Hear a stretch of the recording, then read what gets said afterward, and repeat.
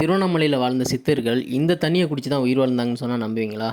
அட ஆமாங்க. வணக்கம் நண்பர்களே, நான் உங்கள் ராஜ்கோட்டை. நம்மளுடைய செக்லிஸ்ட்டில் உள்ள அண்ணாமலையாரை பார்க்குறக்காண்டி திருவண்ணாமலை வந்துட்டேங்க. காலையிலேயே செம்ம கூட்டம். ஃப்ரீ தரிசனம் போகிற வழியில் நின்றோம். போகிற வழியில் பார்த்தீங்கன்னா ஒரு தெப்பக்குளம் 4 கோபுரத்தை பார்க்குறக்கு அவ்வளோ அழகாக இருந்துச்சு. சில புறாக்களுடைய கூட்டம்லாம் அந்த தெப்பக்குளத்தில் சுற்றி இருந்துச்சு. அதை பார்க்குறக்கு அவ்வளோ அழகாக இருந்துச்சு. சாமி தரிசனம் பண்ணிட்டு வெளியே வந்தால் ஒரு லட்டு ஒன்று கொடுத்தாங்க. அந்த லட்டை சாப்பிட்டுக்கிட்டே அண்ணாமலையார் கோவிலுக்கு பின்னாடி இருக்க திருவண்ணாமலையுடைய மலை இருக்குது பார்த்தீங்களா, அந்த ஹில்ஸில் ஏற ஆரம்பிச்சாச்சு. மலையில் ஏறின உடனேயே இந்த தீர்த்தத்தை தான் பார்த்தோம், முளைப்பால் தீர்த்தம். திருவண்ணாமலையில் வாழ்ந்த சித்தர்கள் எல்லாருமே இந்த தீர்த்தத்தை குடிச்சு தான் உயிர் வாழ்ந்திருக்காங்க. மேல மலையிலேருந்து வர தண்ணி பல மூலிகைகளை கடந்து இந்த இடத்துல வந்து சேவாகுதுங்க. அதனால இதுக்கு நிறைய மூலிகை குணம் இருக்குது. இந்த தீர்த்தத்தை இந்த பக்கம் பார்த்தோம்னா நீல கலராகவும், அப்படி இந்த பக்கம் பார்த்தோம்னாவும் பச்சை கலராகவும் இருக்கும். அப்படி நம்ம பாட்டில் அண்ணோம்னா நார்மல் வாட்டர் என்ன கலராக இருக்குமோ அது மாதிரி இருக்குங்க. என்ன ஒரு அதிசயம் பார்த்தீங்களா? அப்படியே மேலே போனோம்னா ஒரு விருபாக்ச குகை ஒன்று இருக்கும். ஒரு பாறைக்குள்ள சின்ன ஒரு குகை மாதிரி ஒன்று இருக்குங்க. அங்கே நிறைய பேர் உட்காந்து மெடிடேஷன் பண்ணிட்டு இருப்பாங்க. அங்கே உட்காந்து உங்களால் எவ்வளோ நேரம் மெடிடேஷன் பண்ண முடியுதோ அவ்வளோ நேரம் அமைதியாக உட்காந்துட்டு வாங்க. சூப்பராக இருக்கும். அப்படியே மேலே இன்னும் கொஞ்சம் ஏறினீங்கன்னா நம்ம திருவண்ணாமலையுடைய 4 கோபுரத்தோடைய டாப் வியூ பார்க்கலாம். அவ்வளோ அழகாக இருக்கும்.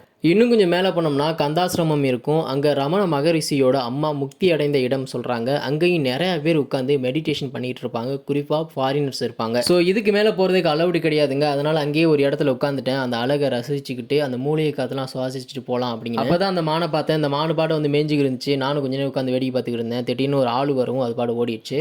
சரி, ஓகே, நம்மளும் கீழே இறங்கலாம்னு கீழே இறங்கிட்டேன். அடுத்து நம்ம கிரிவலம் தான் ட்ரை பண்ண போகிறோம். அது வந்து நெக்ஸ்ட் வீடியோவில் பார்க்கலாங்க.